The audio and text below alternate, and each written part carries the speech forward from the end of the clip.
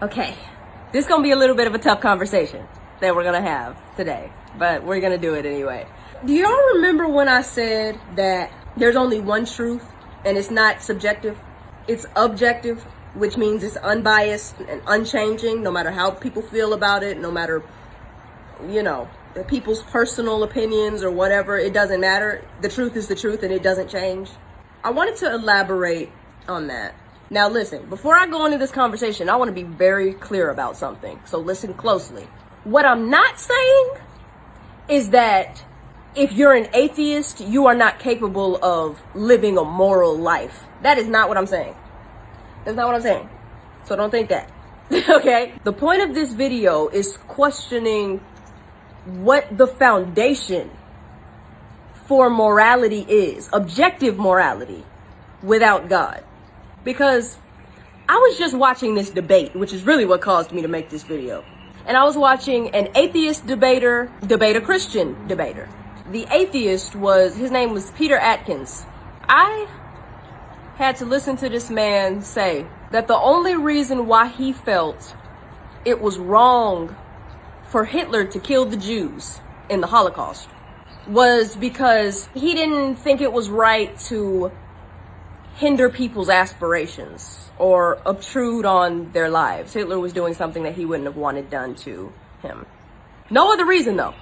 But there's no real binding objectivity to that statement because that's his opinion. There are a lot of Nazis that agreed with Hitler. That's their opinion. And in the atheistic view, are we not all equal as Homo sapiens, that evolution has evolved to where we are right now?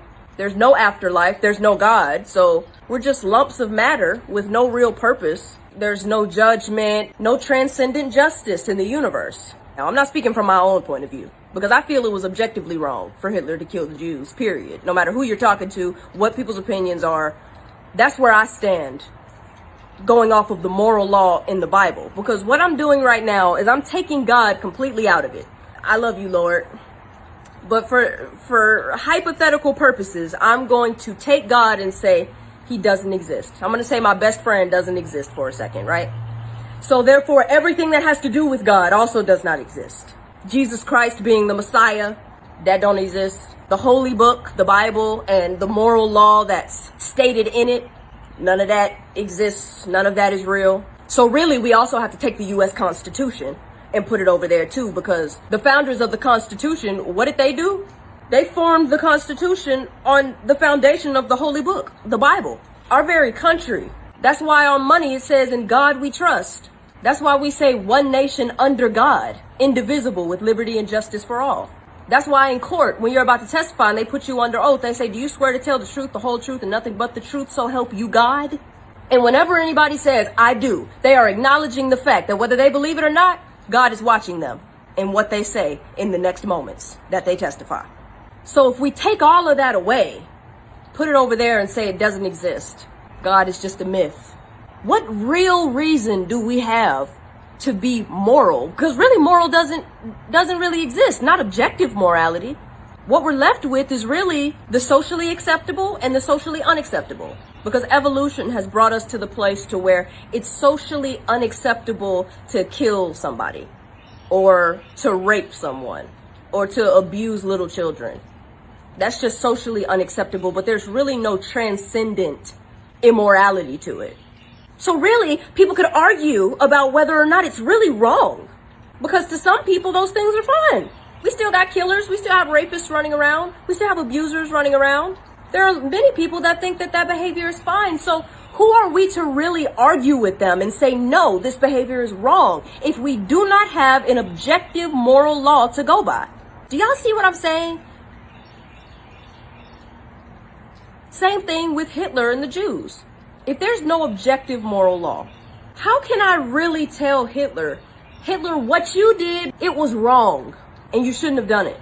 How can I really tell him that? Because he could easily be like, well, it's wrong to you. It's wrong in your opinion, but that's just your opinion. And it really doesn't apply to me or anyone else. There are many of my followers that think I'm just fine. I'm justified in doing what I'm doing. So who are you to say that where evolution has brought you is somehow better than where evolution has brought me and all of my followers. Who are you to say that? Wouldn't that be considered as kind of arrogant, actually, to say that without an objective moral law given to us by God? It's dangerous territory. That's dangerous. I'm clearly starting to see in this world where denying an absolute truth is leading us. Just think about it like this. We are teaching our children, okay, don't kill, don't steal or rape or do any of these things. But I'm only telling you not to do it because it's socially unacceptable. There's no God. There's no afterlife.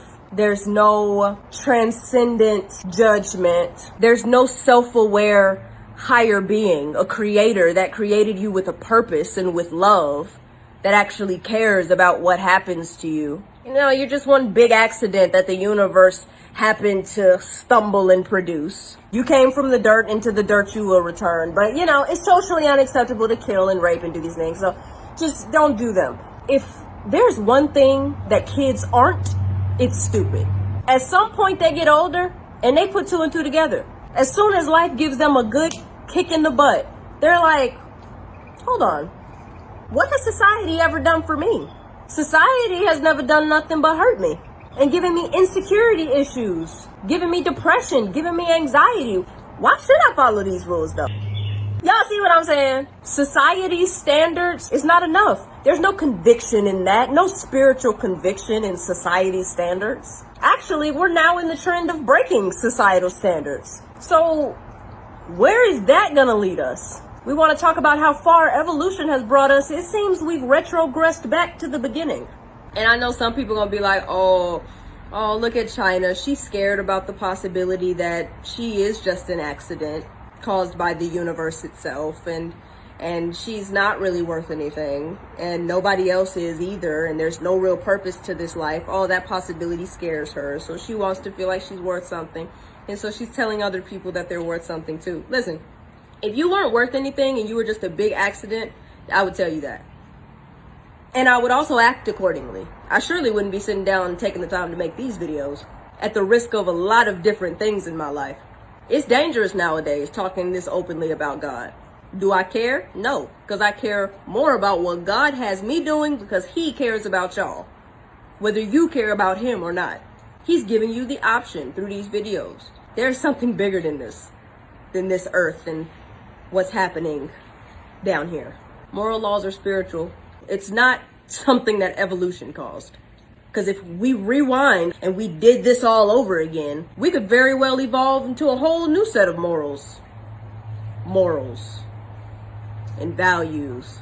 Killing your neighbor might be totally acceptable if we rewind humankind and just do this all over again. Moral laws are a reflection of God's character.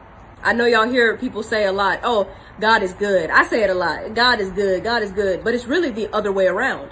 Good is God. We wouldn't have good without God. And thank God we do have him. Thank God we have you, Lord. Okay. Well, thanks for coming to my TED Talk. I'll be back soon with another lollipop episode.